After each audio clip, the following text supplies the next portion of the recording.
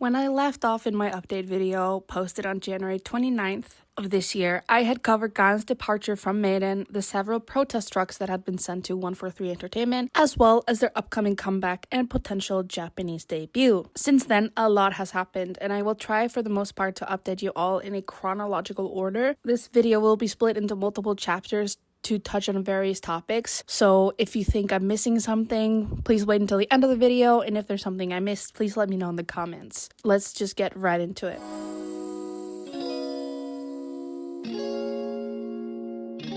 MADEIN had a comeback with their single album called MADEIN Forever, and the title tracks were Saturn and Love Afraid. I won't go into much detail about this comeback as I don't want to draw any further attention to it, but fans who were boycotting quickly noticed that some of the numbers just weren't adding up. Some suspected that 143 used Clickfarms to up the views of the music videos. Looking at this chart, the views on MADEIN's channel from February 6th back a whole year had Seoul in first place on the list, and the rest of the list was mostly other cities in Korea, along with a handful of cities from Japan. We have Bangkok and Hong Kong, and at 13 and 14 are Kuala Lumpur and Jakarta.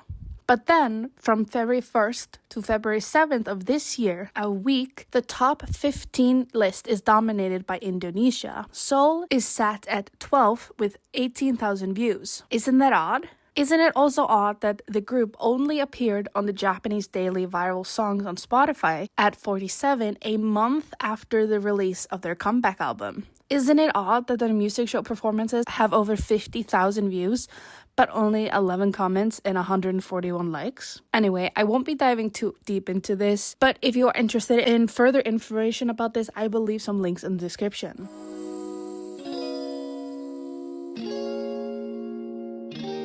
On April 29th of this year, the Hanbit Labor Human Rights Center held a press conference where they addressed the sexual assault allegations made towards Lee YongHak, also known as Digital Masta, made by MADEIN member GaEun. In attendance at the press conference were GaEun's mother, Moon YuJeong, GaEun's lawyer, and YuJeong, a former 143 Entertainment A&R team leader.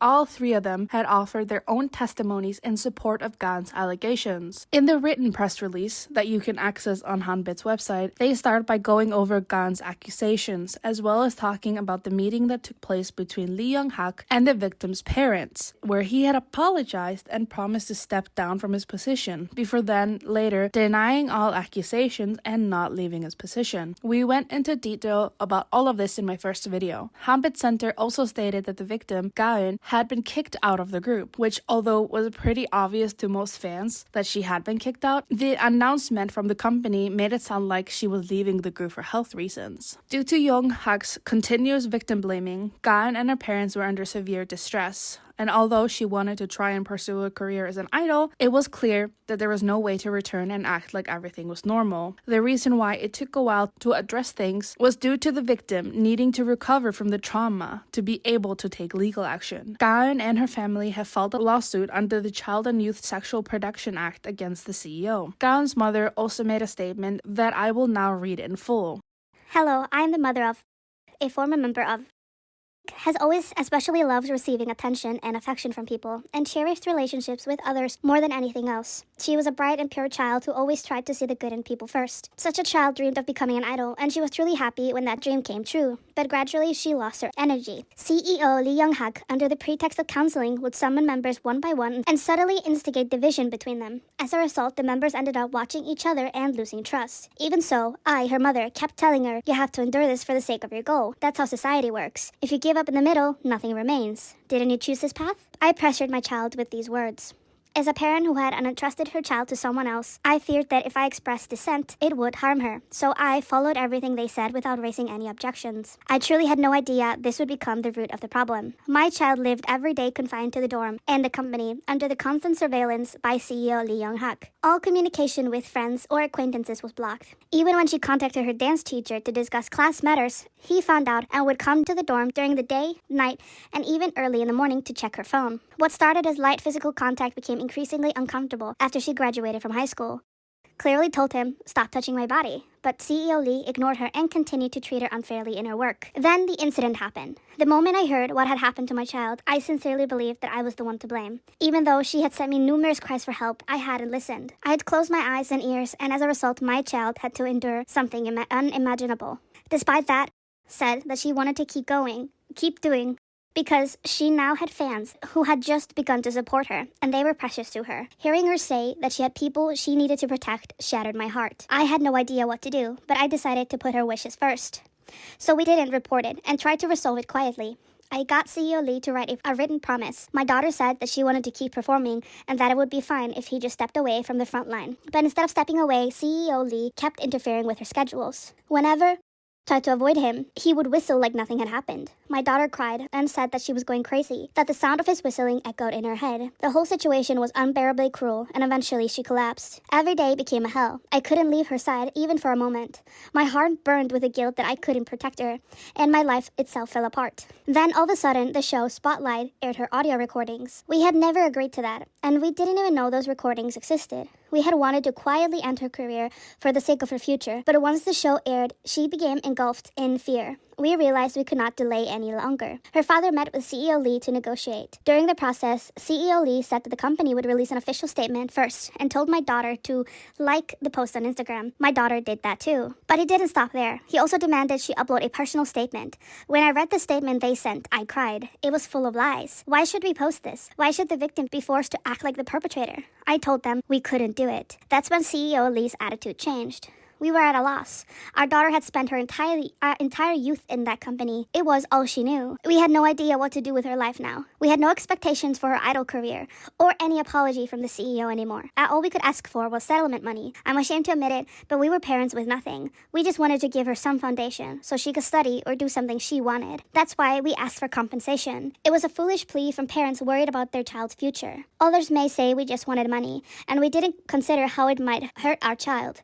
Looking back, I feel guilt and regret that we only made things harder for her. CEO Lee flatly refused, saying that agreeing to a settlement would be the same as admitting guilt. I said I had nothing more to say. Then he said, "Is it okay if gets hurt?" and left after 10 minutes. After that, with no further contact, an article came out announcing departure from the group, and another saying her exclusive contract was still valid. We had no power, and we couldn't even respond properly. My child's dream and life disappeared without a sound.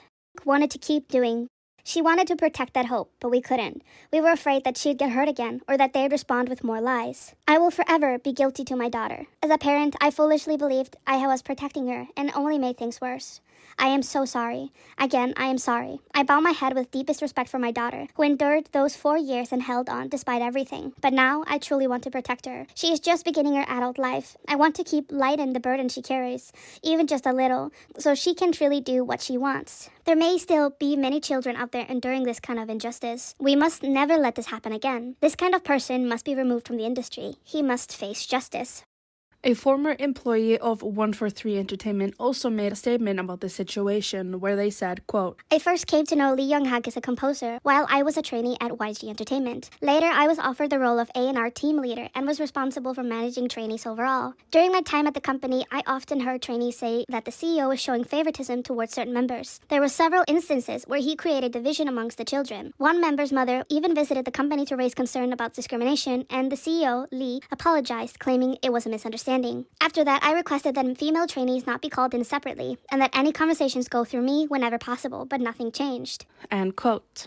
In the same statement, she then reveals why she left the company. Quote, "There were even protest banners put in front of the company building criticizing CEO Lee YongHak for financial issues and unpaid wages. As an employee, it was an embarrassing situation. Even while unpaid wages remained, there were incidents where he gifted luxury bags to specific members, which I could not understand, and ultimately I decided to resign." End quote. In regards to GaEun, she said, quote, "The claims that GaEun caused multiple problems within the team are not true. As teenagers, the kids would often come and talk to me about their struggles. GaEun was someone who tried to mediate conflicts with other trainees and embrace them with love. In the past as well, CEO Lee YongHak often delayed paying employees' salary while gifting luxury bags to certain trainees. There were also cases where he tried to solicit money from parents under the pretense of buying music chart rankings. I am speaking out about these matters with the consent of those who personally experienced them." End quote. The lawyer, YuJeong, who was representing the case against the CEO, stated in the press conference that a formal complaint had been made with the Gangnam police station. The lawyer also explained that under Article 7 of the Act of Protection of Children and Youth, such abuse that took place can result in a prison sentence of at least 2 years or fines of 10 to 30 million Korean won. The lawyer provided a letter written by the CEO Lee YongHak on October 25, 2024, where he straight up admits to doing something to GaEun. It even said that he would allow her to make up her own mind about the contract and do what she wants. The letter states, quote, I, Lee YongHak, representative, producer of 143 Entertainment, sincerely apologize for the sexual misconduct towards blank, a member of blank. Though I currently have contractual relations with 143 Entertainment and its affiliates, I will take full responsibility for my wrongful actions regardless of my legal status as CEO. I acknowledge there are ongoing contract matters and I fully grant blank the right to choose freely regarding these contracts. October 25th, 2024, Lee YongHak. But then, after this letter and their audio recordings from a meeting with parents, the CEO has repeatedly denied any wrongdoings and did not step down as promised. But for now, let's get back to the press release. Along with the statements from the mother, a former employee, and the lawyer, others also spoke. Kim Jae-sang from the Cultural Solidarity Organization spoke about the structural issues within the entertainment industry, where young artists are in very vulnerable situations. Jae-sang also called for institutional reform, preventing any further power-based sexual abuse. Lee Min-kyung, a labor's attorney and a part of Moms for Politics, also spoke, mentioning broader issues of youth label and rights violations in the entertainment industry, as well as urged for more social attention to systematic change. Hanbit concluded the press release with these demands. Number 1, an official apology from 143 Entertainment to the victim. Number 2, immediate termination of the exclusive contract that is claimed to be still valid. Number 3, swift and thorough investigation and punishment of the CEO Lee YongHak. Number 4, Ministry of Culture to take proactive steps to prevent reoccurrence. And number 5, possible legal action against JTBC's broadcast for airing the victim's voice without her consent. And yes, you heard that right. The voice clips that we heard of GaEun's testimony about what she went through was released without her consent. I also want to add it here, while we're still talking about the Hanbit Center, that they eventually confirmed themselves that the company we spoke about in my second video was indeed 143 Entertainment. If you don't remember, it was alleged that a company was not paying the 40 million Korean won bill for a debut music video. And although it was clear to most people, it was still nice to hear the Hanbit Center calling them out in an article that stated, quote, 143 Entertainment ignores music video unpaid wages and proceeds with idols comeback. Hanbit Center reports the agency and production company to MCST's Artist Complaint Center, end quote. Also, on April 29th, before the press conference itself took place, GaEun herself spoke out by posting a handwritten letter on Instagram. She wrote, quote, Hello, this is GaEun. It took me much longer than I expected to write this message. In a world filled with recordings I had no knowledge of and stories that aren't true, it took a lot of courage for me to speak up. I was very afraid. In such difficult times, so many of you believed in me, waited patiently, and offered warm support and concerns. Your kindness gave me great comfort and became the strength I needed to finally write this message. Still, I am truly sorry for making you wait for so long. During that time, I tried to keep my emotions in check and face the situation head on, grounding myself every day. For me, being an idol was never just a job. It was a dream that I cherished since childhood and a precious part of my life. Every moment on stage, every glance exchanged with fans, every drop of sweat and tear shed in the practice room. Each memory holds a meaning beyond words for me. However, throughout my activities, there were repeated hardships that overshadowed these precious memories. I had to endure unwanted situations, unfair treatment, and unexpected disadvantages. Still, not once did I want to give up on my dream. I wanted to endure until the very end. I endured out of fear that my dream of being an idol might come to an end. After the broadcast aired, I first learned of my departure from the team through the news articles. Being forced to leave so suddenly without being able to properly explain or say goodbye to fans remains a deep wound in my heart to this day. I was hurt and felt a deep sense of injustice. Because it was a dream I had drawn with all my heart throughout my school years, I have decided that I can no longer run away from it. I want to honestly share my feelings and everything that happened. Although I still have many shortcomings and may be clumsy at times, I will do my best to approach you with sincerity. Thank you so much for waiting and believing in me, and I am truly sorry for causing you concern. End quote. Another thing that happened was when the former 143 Entertainment employee YuJeong appeared on CBS radio show hosted by Kim Hyun-jung. I will go over some parts of the interview using translations. The whole interview will be linked down below if you're curious. The mother mentioned that things got worse after high school, so this started when she was still a minor? Yes, she was sexually harassed while still a minor. That's what I've confirmed. Was verbal sexual harassment also involved? Yes, it happened frequently. Can you give an example, something that the victim agreed to share? From the press conference, he asked her to date him, saying, "Can't you be my girlfriend?" That started while she was still a minor. Even before she became an adult? Yes, it continued for some time. How old is the perpetrator? He is the head of a household, in his 40s or 50s. The press conference mentioned victims, in plural. Are there other victims besides A? While preparing for the press conference, I looked into past actions. And yes, there seemed to be quite a few. However, the company released a statement yesterday claiming that this settlement demand was based on coercion. They're saying that refusal of this led to a criminal complaint being filed. Doesn't that essentially suggest that the complaint was filed in retaliation? What are your thoughts? That's a very one-sided and misleading interpretation. From my understanding, part of the concern in yesterday's press conference statement, criminal complaint was filed only because settlement talks failed. But from the victim side, they endured continuous harm and threats, so they needed time to heal. That's why the complaint was filed afterwards, around 6 months later. If they had filed right away, it would have looked like retaliation. So they waited until they were ready. Even then, CEO Lee continued to act as if nothing happened. That's why the victim had no choice but to respond with a press conference. So you're saying time for recovery was needed and then the complaint was filed. That's why it happened 6 months later? That's correct. They're claiming the victim demanded money as a settlement. How did that come about?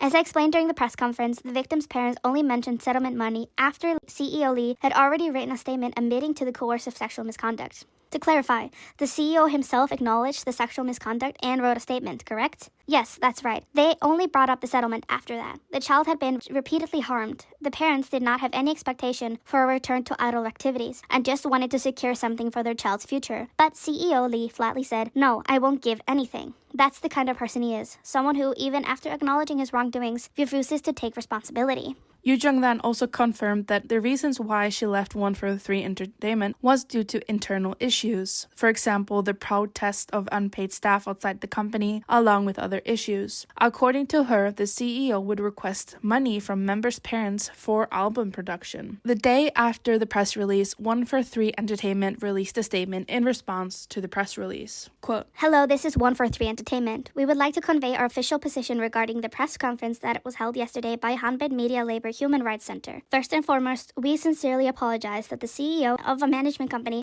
has become involved in such a controversy. There are many parts of the members' claims that differ from the facts. However, as a police investigation is currently ongoing, we are actively cooperating with the investigation and aim to correct any misinformation based on the objective evidence. It is also deeply regrettable that the member side demanded a large settlement based on one-sided allegations regarding an incident reported last year, and upon refusal proceeded to file a criminal complaint approximately 6 months after the event. We hope that the situation leads to the truth being clearly revealed, and we will take full legal responsibility as determined by the judicial process. Thank you." End quote. On the same day as the press release, on April 29th, MADEIN was holding a showcase in Tokyo. It was curious to see that member Suhyes was absent from the event. In the statement from the company about her absence, 143 stated, quote, "Member Suhyes was forced to withdraw from participating in offline events held on the 26th and 27th due to poor health, and as she has not fully recovered, she will also be withdrawn from appearing at the MADEIN Showcase Live on April 29th. End quote. During this showcase, MADEIN also made the announcement that they were planning a Japanese debut that was scheduled for the summer. They also said they were planning to collaborate with, quote, famous artists. And despite this very serious claims made by GaEun, Japanese fans were very excited. To me and a lot of other fans that were actively boycotting, it felt like 143 Entertainment was moving their focus to Japanese activities. And I'm not surprised, as unfortunately a lot of Japanese fans seem to not care about GaEun's harassment, either just brushing it off or even calling GaEun a liar, and just keep supporting and funding the group and therefore the company.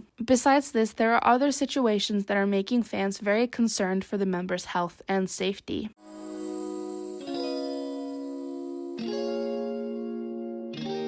I will start by continuing about Suhyes' situation. She was absent from the aforementioned events, but then on May 8th, through their Japanese socials, 143 made an announcement that Suhyes would be absent from all scheduled events for the entirety of May. Since late April, we have not heard from Suhyes. The group's socials have shared a video of Suhyes, but it was clearly a video that was recorded during another schedule, as she has the same hairstyle and clothing, so this is an old video. On May 14th, 143 posted a statement about Suhyes. It said, quote, "Hello, this is 143 Entertainment. We sincerely thank you for the warm love and support for MADEIN. Suhyes has decided to take a temporary break due to recent personal reasons. As this decision was made in order to return and meet fans again in better condition, we kindly ask for your understanding. Our company will do our best to ensure that Suhyes has enough time and can rest comfortably. We ask you for warm support so that Suhyes can return with a bright and healthy image. Thank you." End quote. However, for whatever reason, by the end of May, this statement was deleted off 143's social media account. And since then, as I am recording this, on August 4th, we have not heard anything from Suhyes.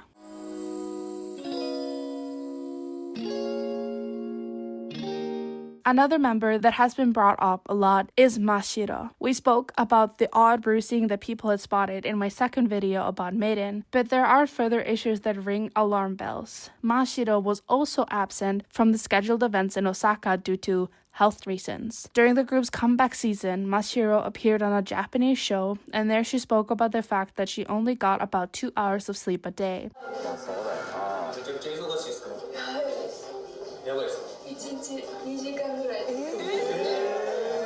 And for some reason, a lot of fans, mostly Japanese, were praising Mashiro for her hard work and dedication, while others, like myself, were shocked at how much 143 was overworking the girls, especially members like Mashiro. And although Protect MADEIN, now going by the Seven Pact, and other fans asked the company to address this issue and the concerns fans had, no such response has been given. Overall, fans are very worried about Mashiro in particular, as she is very overworked. For example, in one day, she flew to Japan at 6 a.m., attended an ambassador press conference, then held a fan meeting, and then flew back to Korea, all within 16 hours. On top of that, apparently the night before, she only had an hour and a half of sleep. She also does a lot of schedules, both in Korea and Japan, so she is continuously flying back and forth. She also hosted a radio show in Japan, and for those, she needed to be there in person, so she had weekly trips to Japan. She also seems to have lost a lot of weight since her time in Kepler. Overall, there are a lot of worries with not only Mashiro, but all the members.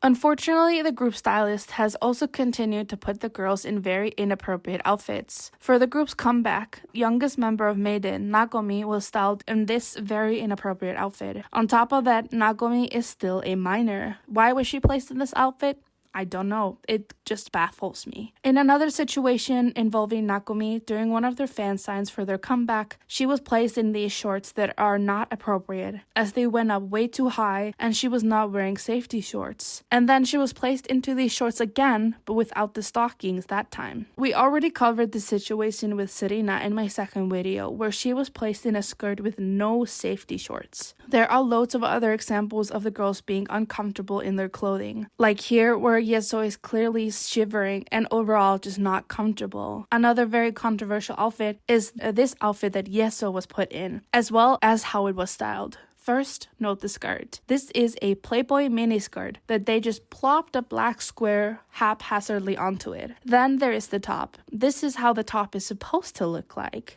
And this is what they did with it. They styled it so her chest is not even covered like it's supposed to be. This is even more heartbreaking, as YeSeo, when she was in her old K-pop group Busters, was sexualized and put in inappropriate clothing from the age of 14. And the label's lack of care when it comes to clothing and styling is being praised by very disturbing fans online. Just like I spoke about in my latest Busters video, clips of these outfits and other ones are being posted onto unsavory K-pop Reddit pages where random people online speak about how wonderful it is that the company is giving them this good content.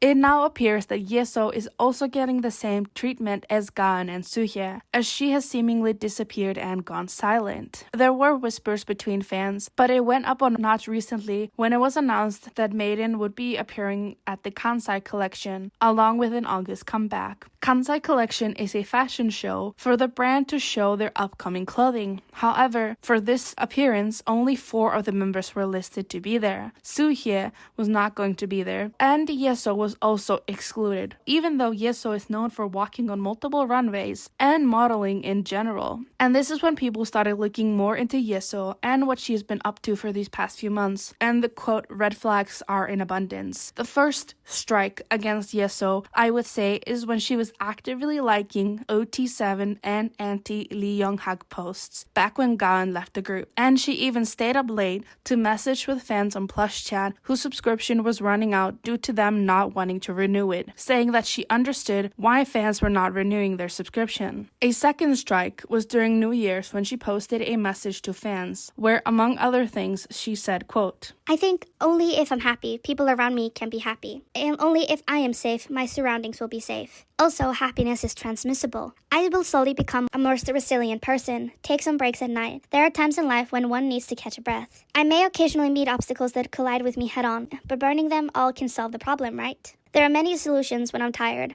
but I am the type of person who says something and vents my feelings on the spot. When that doesn't work, I sleep or play games. But I think sometimes I am at a disadvantage because of this kind of personality. It may be personality differences or because of the various reasons I'll put on with them, but these things have accumulated and I'm starting to feel like I was a bit depressed. It's been noticeable since last year or so. I think people's words have important impact on others. Our own interests matter, but in this cold and indifferent world, we should at least try not to upset others. I am really sorry if I inadvertently hurt anyone in 2024. I will also try to grow more in the new year and become a better person.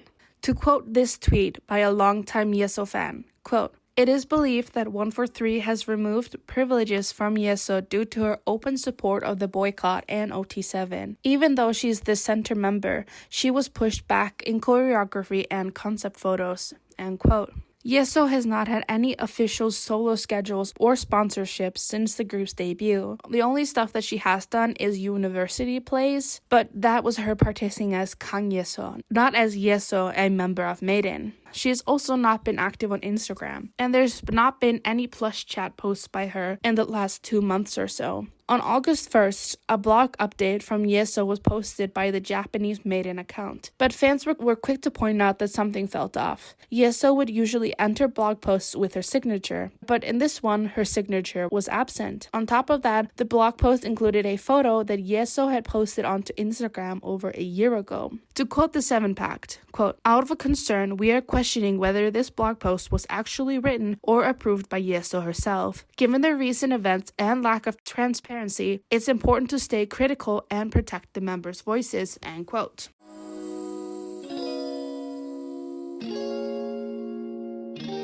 And now with YeSeo's absence, it is even more worrying now that 143 Entertainment has announced that they will be forming a subunit called MADEIN S that only has the Japanese members of MADEIN, Mashiro, Miyu, Serena, and Nagomi. The 2 Korean members have been excluded from the upcoming subunit, which is worrying since Suhyes has not been seen for months, and now the same thing is happening to YeSeo. After these news, the Seven Pact made this announcement, quote, today, 143 Entertainment announced the debut date for their spin-off subunit MADEIN S. It is hard to ignore how conveniently timed this is, right alongside Kepler's comeback announcement. This raises serious questions about the company's intentions. We urge everyone to stay alert. Do not let them use other members as a shield to cover up their ongoing misconduct and unresolved abuse allegations. This is not about targeting the girls, but holding the company accountable. End quote. This is what fans have been worried about. Like I said earlier, since the boycott started, 143 has been putting a lot of focus onto Japanese fans and activities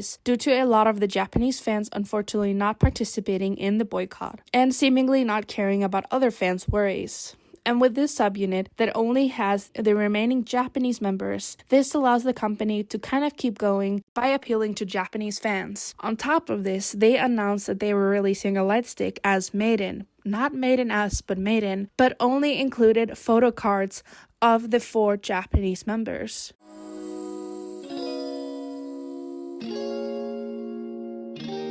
A very alarming situation popped up on March 18th when the girls were on their way to a schedule. A video was taken where the girls were going up an escalator and a fan followed the girls up the escalator and kept harassing them for selfies. It seemed as though there was no security behind them. It is very concerning to see how easily these fans can get so up close and personal with the members with no interference. Fans asked for this situation to be addressed, but nothing happened.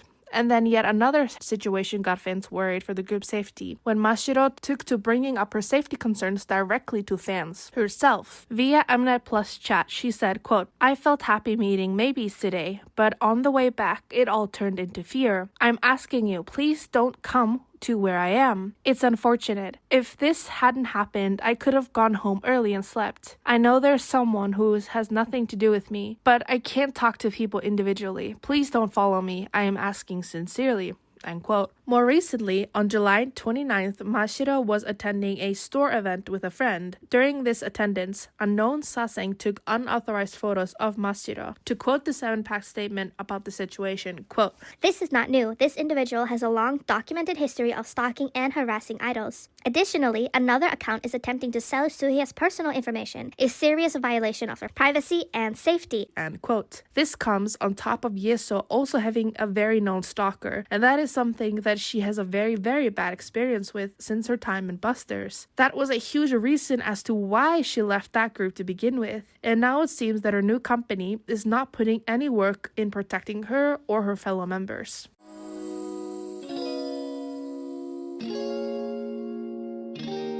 During Paris Fashion Week in March, MADEIN's members Mashiro, YeSeo, and Miyu traveled to Paris to take part. It then worried fans deeply that photos showing Lee YongHak, the CEO of 143 Entertainment, accompanying them. This is the same man that sexually assaulted GaEun, admitted to it at least 2 times, and then said he would step down, but then changed his tune real fast. He also had his grubby hands all over the group's comeback, MADEIN Forever, producing for the group along with others. On May 30th, 143 put out a statement about CEO Lee YongHak that says, quote, "Hello, this is 143 Entertainment. First, we would like to thank the fans who continue to send their support to MADEIN, and we would like to deliver our stance regarding the future status of CEO Lee YongHak. Regarding the recent unfortunate controversy, CEO Lee YongHak is sincerely cooperating with the ongoing police investigation. However, in order to prevent further harm to our artists and staff caused by indiscriminate speculation and criticism without evidence, he has decided to step down from his position and focus on clarifying the facts. As this is a difficult decision made to protect the artist and the company, we believe that all truth will be revealed in the course of the upcoming investigation. Thank you." End quote. This statement was, of course, then later deleted by 143 Entertainment. And although he had, quote, stepped down, that is still not enough, and fans are still pushing to keep the boycott going, especially since, in the opinion of many, Lee YongHak is still staying at 143 Entertainment in one way or another. And as of editing this video, MADEIN is still following him on Instagram, and we will get further into why it's basically confirmed that he is still within the company. According to the Seven Pact, in tweets they released shortly after the announcement, they state, quote, "According to the official available public records, Lee YongHak formally resigned from his position as an internal director at 143 Entertainment on May 8, 2025. This resignation was officially registered that same day, confirming its legal effect. However, 143 Entertainment only chose to disclose this information publicly today, over 3 weeks later. This delay is deeply concerning, especially given the fact that Lee YongHak has been at the center of serious legal allegations, including those involving potential abuse and misconduct. In such context, any change in leadership should be communicated transparently and without delay, not hidden until public pressure mounts." Although not officially confirmed, multiple fans have reported sightings of Lee YongHak at events held on Saturday, May 10th, 2025 at HMV and Books Shibuya, and on Sunday, May 11th of 2025 at Tower Records, after his supposed resignation. Furthermore, 143 Entertainment has deleted the official post announcing GaEun's departure, which only adds to the confusion and concern among fans. The lack of transparency seriously undermines the trust of fans and calls into question the company's accountability. End quote. From what I can tell, all statements and announcements made by 143 on Twitter have been removed, besides one, which I will get to in a little bit, which is just very odd. Furthermore, like I said, we have even more proof that Lee YongHak indeed is still working for 143 Entertainment. On July 31st, Lee YongHak was credited in a music video by Jay. Jay is a member of iKON, a group that is currently under 143 Entertainment. At the end of the music video, DM, short for Digital Master, aka Lee YongHak, is credited under the role of Overseas Business. Lee YongHak is also credited in this music video as an executive producer. So, like I said, he is very much still involved with 143 Entertainment. And of course, people called this out, but so far, 143 has not made any statements regarding this. I will also add here that 143 Entertainment did threaten legal action towards people that are quote, spreading false information about MADEIN. This statement was made on April 5th. Quote, recently, malicious comments, false information, dissemination, personal attacks, and defamation targeting our artists have occurred continuously, which is hurting not only the artists but also the fans. Therefore, we would like to inform you that we will take tough legal action to protect the rights and interests of our artists. We are collecting malicious posts and comments through continuous monitoring, and we will also review the data you reported to us and take strong legal action. End quote. Then continue the statement by asking fans to report any false posts via email. Like, I'm sorry, what? The absolute audacity of this company is mind-boggling. This is the only announcement/statement that is still available on 143 Entertainment's Twitter. All the other ones that I have addressed in this video and other videos are gone.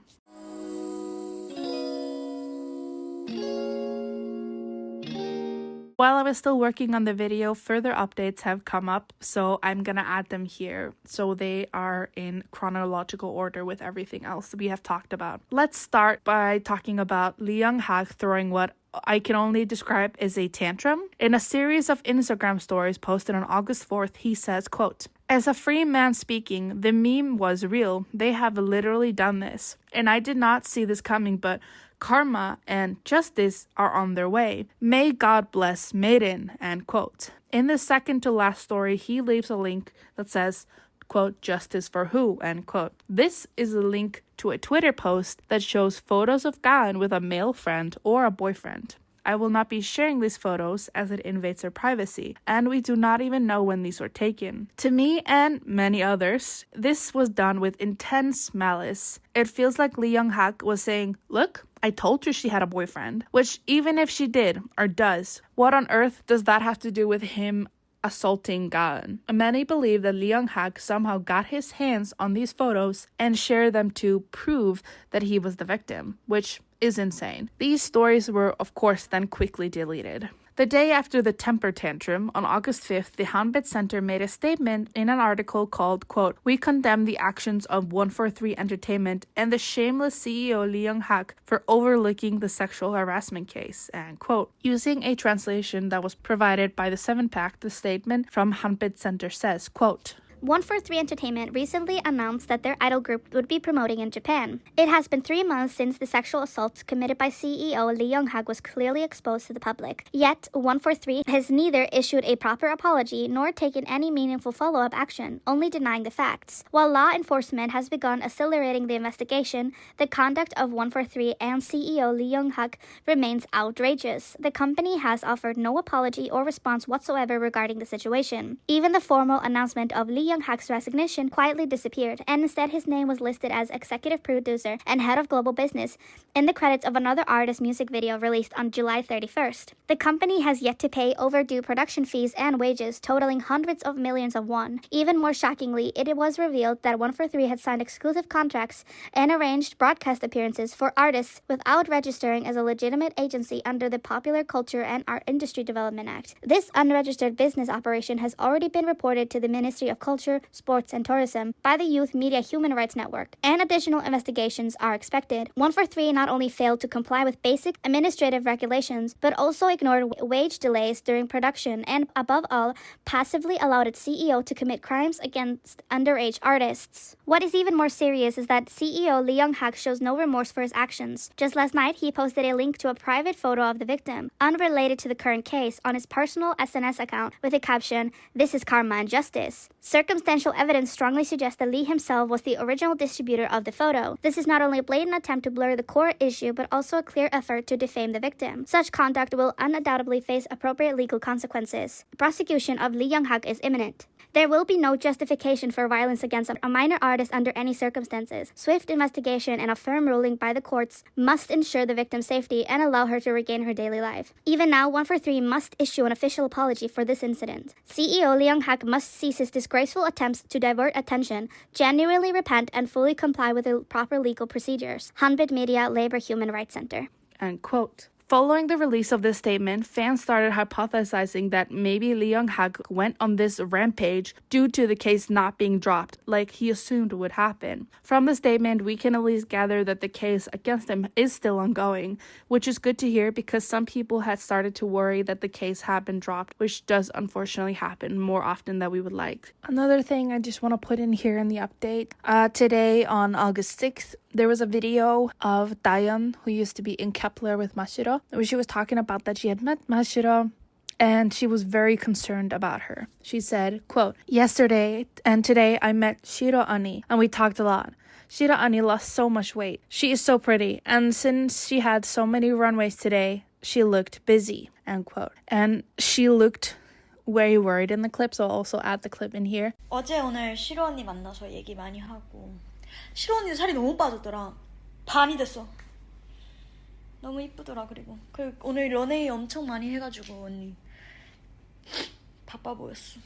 But it just says a lot that even GaEun is speaking out about the condition of Mashiro's appearance. Now that the new subunit song is out, I wanted to add a couple of quick further updates. First of all, for some reason, this release is on a completely separate artist profile. So for example, on Spotify, their profile is MADEIN S. And to my joy, if I'm honest, it is very hard to find their profile and album, and their monthly listeners are currently under 300. Furthermore, looking at the music video views versus the interaction with it, it seems very odd. You're telling me a music video with 2 million views only has 6,000 likes and under 700 comments? That is very odd. As an example, to contrast this, Kepler's Bubblegum preview video has around 150,000 views and has 17,000 likes and 1.3k comments.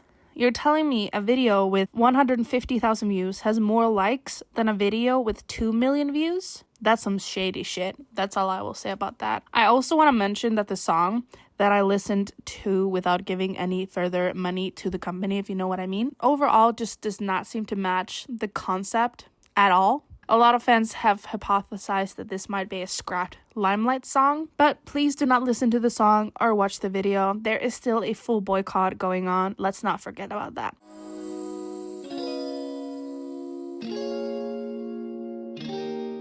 On July 7th, MADEIN Japan made this announcement. We have decided to significantly revise the original schedule for MADEIN's Japan debut. We sincerely apologize to everyone who was looking forward to the sudden announcement. We will inform you of the new schedule at a later date, so please wait for it. It appears that they have now completely cancelled the Japanese debut, at least for the time being. 143 Entertainment has also been shamelessly turning off comments on their posts and even blocking people on Twitter and Instagram. GaEun herself has also been interacting with fans that are calling for justice and a boycott of 143. She has liked a lot of Instagram posts and stories and even liked this post made by Protect MADEIN, aka the Seven Pact.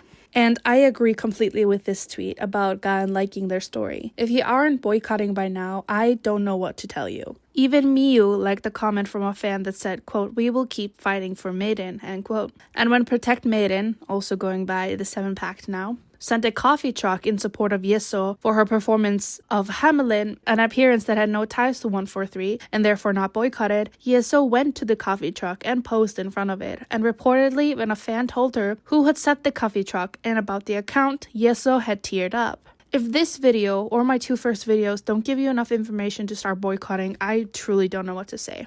Multiple stores around the world have boycotted and therefore are not providing MADEIN's comebacks for sale. And even some stores are opting to sell nothing from 143 Entertainment.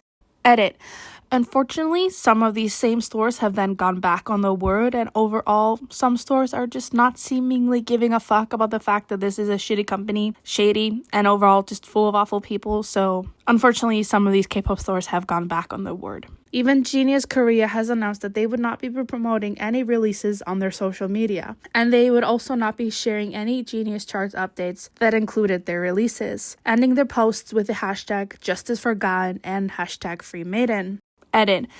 Again, unfortunately, they then went on to post a tweet about the new release. Fans quickly then called them out for this, and they then proceeded to delete the post and have said nothing since.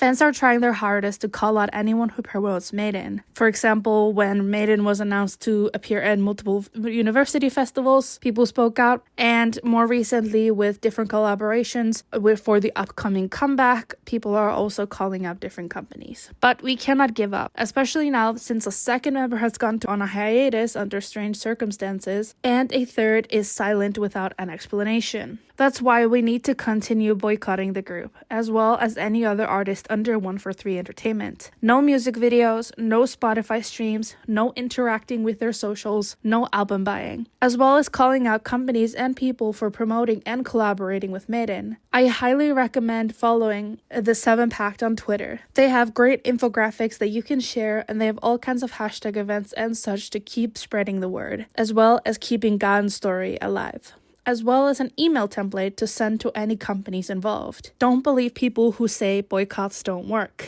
especially since it seems that 143 Entertainment might be enhancing numbers. In this tweet from late April, it compares MADEIN's numbers from Uno to Saturn era. Their debut monthly listeners on Spotify were over 141,000. In April, that had dropped to under 90,000 listeners. In early July, it dropped to 58,000 listeners, and as I'm writing these updates, the monthly listeners have gone down to 50,000. To quote this tweet, quote, "The boycott isn't useless. In just 8 months, MADEIN's monthly Spotify listeners dropped 59%, causing DM Lee YongHak to lose around $13,360 in streaming revenue, money that he can't use against GaEun in court," end quote. And I'm sure that being on Spotify playlists like Stargirl Vibes that has over 400,000 saves is helping their numbers go up as well. So the boycott is clearly working. And it should also be enough for you that the girls, at least GaEun and YeSeos to some extent, are supportive of fans who are calling out 143 Entertainment and calling for a boycott, along with others like the former staff that is often sharing stuff on her Instagram and is ready to back up GaEun and share her own experiences. Seven Pact has been working on a protest truck, and as I'm writing the script, I believe they are at 100% funding.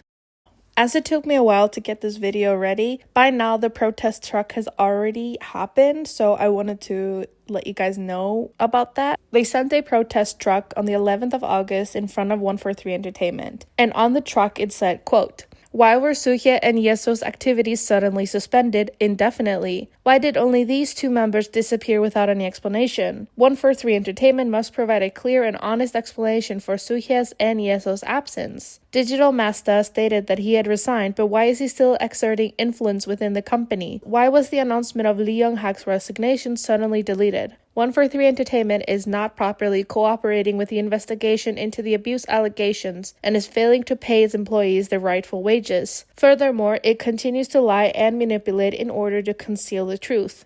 Stop hiding any longer. Provide a responsible answer regarding the suspension of Suhyes and YeSeos activities. Any attempt to use Japanese fans to cover up the issue will fail. GaEun is not just a victim. She is a symbol of how irresponsible this company and its system have been. Her suffering was ignored, and instead of a responsible apology, there was only silence and concealment. This is not an accident, but a deliberate cover-up and an evasion of responsibility. We demand truth and justice, not only for GaEun, but also for Suhyes, YeSeos, and all members of MADEIN must be respected and protected. If 143 Entertainment does not take responsibility, release the members immediately and freely. We will fight for Mashiro, Miyu, Suhyes, YeSeos, GaEun, Serena, and Nakomi, all 7 members of MADEIN. We will no longer remain silent, and we will protect these girls until the very end so they never get hurt again. God sees everything. The truth will surely be revealed and justice will be served. Karma is never forgotten, and no one can escape responsibility for their actions. MADEIN does not need the blessing of an alleged perpetrator.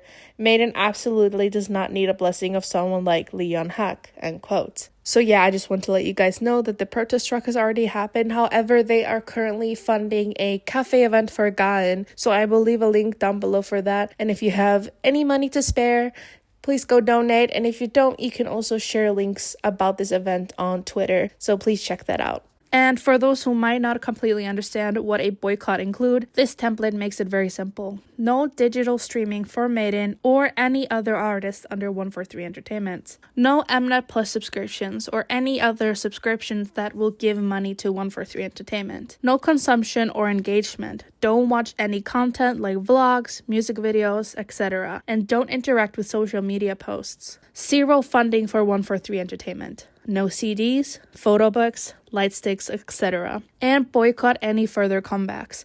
Don't check out the music video, don't listen to it, no purchases, no screenshots. A simple way to do this is to block them on all social media and only follow fellow boycotters on social media. I truly ask that you guys will help us in supporting this boycott as well as sharing the news about GaEun, Suhyes, YeSeos, and in general about MADEIN. I will leave any links that might be good for you to check out if you're interested in supporting the cause.